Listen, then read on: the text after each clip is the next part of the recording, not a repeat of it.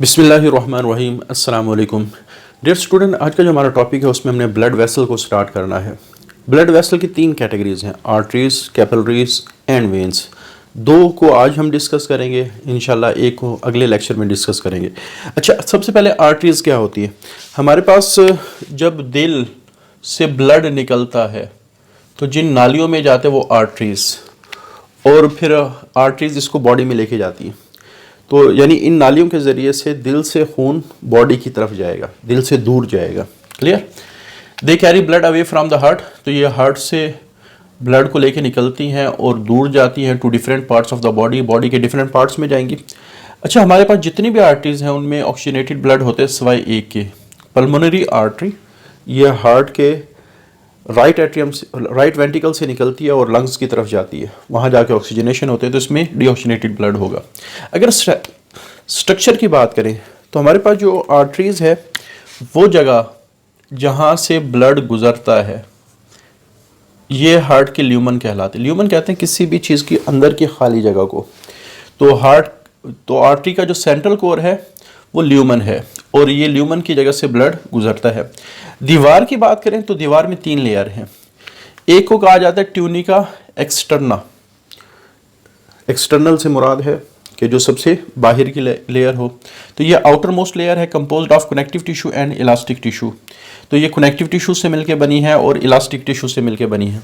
Again ज़्यादातर हमारी जितनी भी कवरिंग्स हैं हमारी बॉडी के अंदर ज़्यादातर कनेक्टिव टिश्यू से मिलके बनी है, जो मुख्तलिफ किस्म के ऑर्गन्स की हैं। अच्छा, उसके बाद अगली लेयर है ट्यूनिका मीडिया। मीडिया कहते हैं मिडल को, ठीक है। और ये सबसे मोटी लेयर है और ये मिडल लेयर है और ये मसल से मिलके बनी है और इलास्टिक टिश्यू से मिलके बनी है। और इस मस्कुलर लेयर होने की वजह से ये ब्लड प्रेशर, जो हाई ब्लड प्रेशर होता है उसको विथस्टैंड करती है, ठीक है। हमारे पास आर्टरी में सबसे ज़्यादा प्रेशर होता है क्योंकि जब हार्ट कॉन्ट्रैक्ट करता है, और हार्ट के कॉन्ट्रैक्ट करने को सिस्टोल कहा जाता है, और हार्ट के दोनों चैम्बर एट्रिया भी और वेंट्रिकुलर भी वक्फे वक्फे से कॉन्ट्रैक्ट करते हैं। लेकिन जो ब्लड आर्टरीज में आता है वो वेंट्रिकल के कॉन्ट्रैक्ट करने से आता है। तो इस वजह से यहाँ लिखा हुआ है कि वेंट्रिकुलर जब सिस्टोल होता है तो ब्लड प्रेशर के साथ आर्टरीज के अंदर आता है। तो ये जो ब्लड प्रेशर है वो सबसे ज़्यादा आर्टरीज में होता है, फिर उसके बाद कैपिलरीज में होता है। वेन्स में थोड़ा सा ब्लड प्रेशर कैपिलरीज की निस्बत थोड़ा ज़्यादा होता है। तो बहरहाल इसको भी हम आगे डिस्कस करेंगे। तो इस हाई ब्लड प्रेशर को ये विथस्टैंड करती हैं। ये मीडिया यानी मस्कुलर लेयर होने की वजह से ये दीवार इतनी मजबूत हो जाती है कि वो इस हाई ब्लड प्रेशर को मेनटेन रख सकें। अच्छा, उसके बाद तीसरी जो लेयर है वो inner most thin layer of जो एंडोथीलियल सेल से मिलकर बनी है, ठीक है।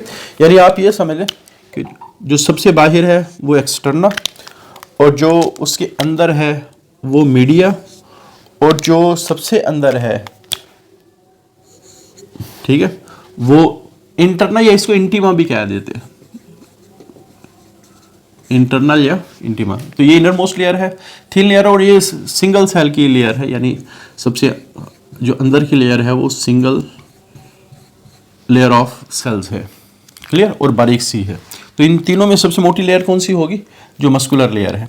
अच्छा, उसके बाद जब आर्टरीज डिवाइड होते हैं तो जो स्ट्रक्चर बनते हैं उनको आर्ट्रियोल्स कहा जाता है। अगेन ये पहले भी बात डिस्कस हुई है, जिसके एंड पे ओल आते हैं ना वो चीज़ को छोटा कर देते हैं। तो आर्टरीज से आर्ट्रियोल्स तो ज़्यादा छोटे, जैसे ब्रोंकाई से ब्रोंक्यूल होते हैं। अच्छा, उसके बाद फिर हमारे पास अगली जो ब्लड वेसल है वो कैपिलरीज। जब आर्ट्रियोल डिवाइड होते हैं और रिपीटेडली डिवाइड हो रहे होते हैं, रिपीटेडली क्या मतलब है, आर्ट्रियोल्स डिवाइड हुए, छोटे आर्ट्रियोल्स बने, फिर वो छोटे डिवाइड होके मज़ीद छोटे बनेंगे, फिर वो मज़ीद छोटे बनेंगे, इस तरह तकसीम दर तकसीम होते जाएंगे। और फाइनली हमारे पास एक बहुत बड़ा network, dense network of fine का मतलब यहाँ बहुत बारीक है कि हमारे पास एक ब्रांचेस जो बहुत ही बारीक हैं उनका एक नेटवर्क बनेगा। वो जो बारीक ब्रांचेज हैं उनको कैपिलरीज कहा जाते हैं, ठीक है। तो अगर हम नेटवर्क की बात करें, ये वो हमारे पास ब्लड वेसल है जो हमारी बॉडी के सारे टिश्यू में पेनिट्रेट करेंगी और इवन सेल तक भी चली जाएंगी। और ये इतनी ज़्यादा है कि हर सेल को ये मटेरियल पहुंचा के रहेंगी, ब्लड सप्लाई देंगी, ठीक है। यानी हमारी बॉडी में कोई भी सेल ऐसा नहीं है जो इन कैपिलरी से ज़्यादा 100 माइक्रोमीटर दूर हो। और ये बहुत थोड़ा डिस्टेंस है, 100 माइक्रोमीटर, इसमें चीज़ें आसानी से बड़ी ट्रांसफ़र हो रही होती है। यानी हमारी बॉडी का कोई भी सेल ऐसा, मैक्सिमम जो डिस्टेंस यानी हो सकता है वो 100 हो सकते हैं, इससे ज़्यादातर तो करीब ही होते हैं। तो यानी आप ये समझ लें इतने थोड़े डिस्टेंस पर कैपिलरीज और सेल मौजूद होते हैं, यानी इतनी ज़्यादा कैपिलरीज है कि हमारे हर सेल तक तकरीबन ये पहुंची हुई होती हैं। और अगर हम इन सारी कैपिलरीज को इकट्ठा करें तो जो टोटल लेंथ बनती है वो तकरीबन 80,600 किलोमीटर बनती है। और ये इतनी है कि वो आसानी से जो हमारी ग्लोब है, अर्थ है, उसको ये 2 चक्कर काट सकती है। क्लियर? तो ये थोड़े से आप लोगों ने MCQs के हवाले से ये इंफॉर्मेशन याद रखनी है। अच्छा, अगर स्ट्रक्चर की बात करें तो यहाँ सिंगल लेयर है बस, और जिन सेल से ये मिलके बनी होती है उसको हम कहते हैं एंडोथेलियल सेल। इसमें कोई ज़्यादा आप कह सकते हैं लेयर्स नहीं है। यहाँ तो 3 लेयर्स है ना आर्टरीज के अंदर, और फिर जो मस्कुलर लेयर है वो है भी काफ़ी मोटी। तो ये बहुत ही बारीक इसकी दीवार होती है। The wall is made up of single layer of endothelial cell. जो अंदर का डायामीटर है इसके वो तकरीबन 8 माइक्रोमीटर है, और ये इतना छोटा है कि इस से जो रेड ब्लड सेल है वो भी लाइन बना के गुजरते हैं। यानी अगर फासला काफ़ी हो तो काफ़ी सारे सेल, जैसे हमारी जो आम आर्टरीज होती है उसमें हो सकते हैं एक जगह में एक ही वक्त में लाखों सेल गुजर रहे हो, लेकिन हमारी कैपिलरीज इतनी बारीक हैं कि रेड ब्लड सेल को भी लाइन बना के गुजरना पड़ता है। सो नैरो, तो ये इतनी बारीक है that RBCs pass through it in a single line. Clear? Function इनका ये है कि इनके ज़रिए से ब्लड और टिश्यू के दरमियान में मटेरियल एक्सचेंज होगा। जैसे मैं कहता हूँ कि ये हमारे पास टिश्यूज़ हैं, तो ब्लड से चीज़ें निकल के टिश्यू में जाएंगी, और काफ़ी सारी जैसे कार्बन डाइऑक्साइड वगैरह टिश्यू से निकल के ब्लड में आएंगी, तो एक्सचेंज ऑफ मटेरियल। अभी एक्सचेंज ऑफ मटेरियल हो कैसे रहा है? इसके आगे 3 मैकेनिज्म है, डिफ्यूजन और एक्टिव ट्रांसपोर्ट के ज़रिए से। यानी जो मटेरियल है वो, चूँकि ये सेल की एक ही सेल की लेयर है, तो यहाँ से मटेरियल जो है वो डिफ्यूजन एक्टिव ट्रांसपोर्ट के ज़रिए से सेल में आएगा, और यहाँ से फिर दूसरी तरफ डिफ्यूजन और एक्टिव ट्रांसपोर्ट के ज़रिए से टिश्यू में चला जाएगा। यानी सेल में आया ब्लड से, और फिर यहाँ दूसरी तरफ टिश्यू में चला गया। तो लेकिन ज़्यादातर ये वो चीज़ें होती हैं जो वाटर हों और डिफ्यूजिबल हों। डिफ्यूजिबल का मतलब यहाँ जो मेम्ब्रेन से गुजर सकती हों। गुजरने से मुराद दोनों चीज़ें हो सकती हैं, खुद गुजर सकती हो या किसी कैरियर के थ्रू गुजर सकती हो। ठीक है? तो दूसरी चीज़ क्या है कि हमारे इन सेल्स के दरमियान जो कैपिलरी की दीवार में कुछ खाली जगह हैं, इंटरसेलुलर। बेटा 2 टर्म है जो अक्सर स्टूडेंट ना कन्फ्यूजन का शिकार रहते हैं। एक होता है इंट्रासेलुलर, इंट्रासेलुलर सेल के अंदर जो चीज़ होती है वो इंट्रासेलुलर कहलाती है, और सेल 2 सेल के दरमियान जो चीज़ होती है वो इंटरसेलुलर कहलाती है। क्या कहलाती है?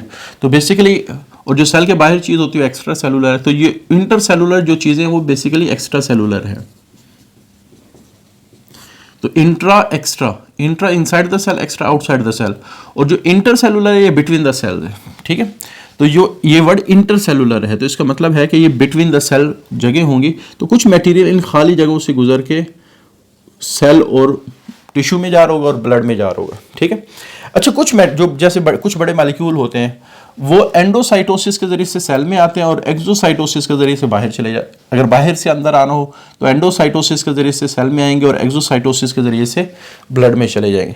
अब एंडोसाइटोसिस और एक्सोसाइटोसिस क्या है? ये सारी जितनी भी चीज़ें ना, डिफ्यूजन, एक्टिव ट्रांसपोर्ट और एंडोसाइटोसिस, एक्सोसाइटोसिस, कौन सी चीज़ें सेल से गुजर सकती हैं वो हमने चैप्टर नंबर 3 में बड़ी डिटेल से डिस्कस किया हो।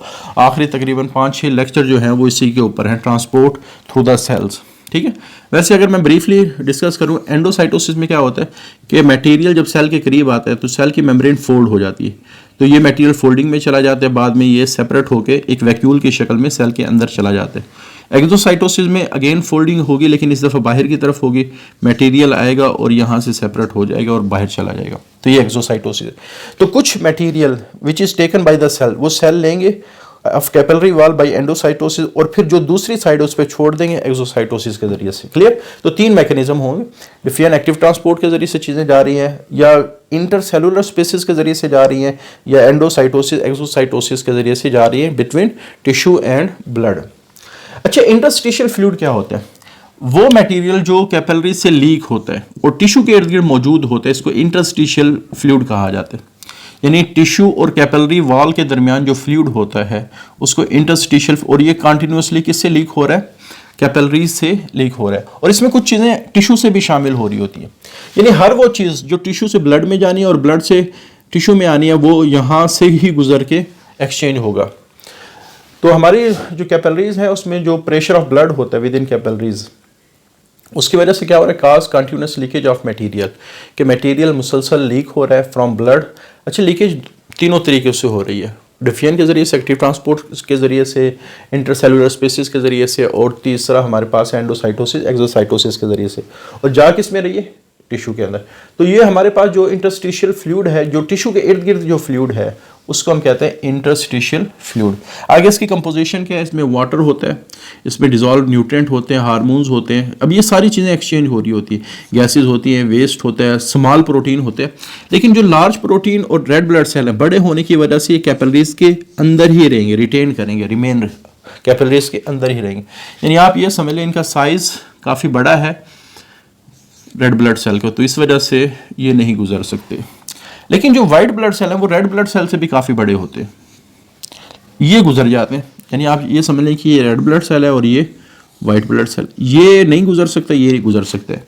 तो white blood cell interstitial fluid में आएंगे कैसे, ये क्या करेंगे, ये अपने आप को ना स्क्वीज कर देंगे ऐसे।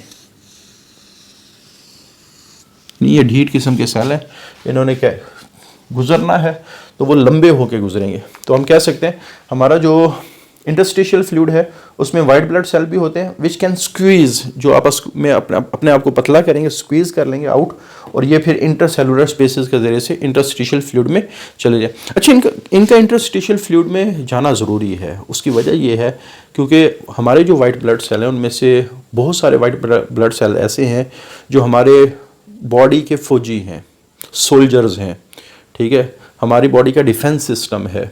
इन्होंने वायरस को, बैक्टीरिया को इंगल्फ करना है, खाना है, उनको मारना है। तो मे भी पॉसिबल है कि जो टिश्यूज़ हों उसके अंदर कोई बैक्टीरिया छुपा हुआ हो, कोई वायरस छुपा हुआ हो, या कोई हार्मफुल मटेरियल छुपा हुआ हो, तो वाइट ब्लड सेल यहाँ आएंगे तो वो उसको किल करेंगे। तो ये हमारा आज का टॉपिक है। इसमें हमने कैपिलरीज को डिस्कस किया, इसमें हमने आर्टरीज को डिस्कस किया। इंशाल्लाह अगले लेक्चर में हम वेन्स को डिस्कस करेंगे। आज के लिए इतना ही। अल्लाह हाफिज़।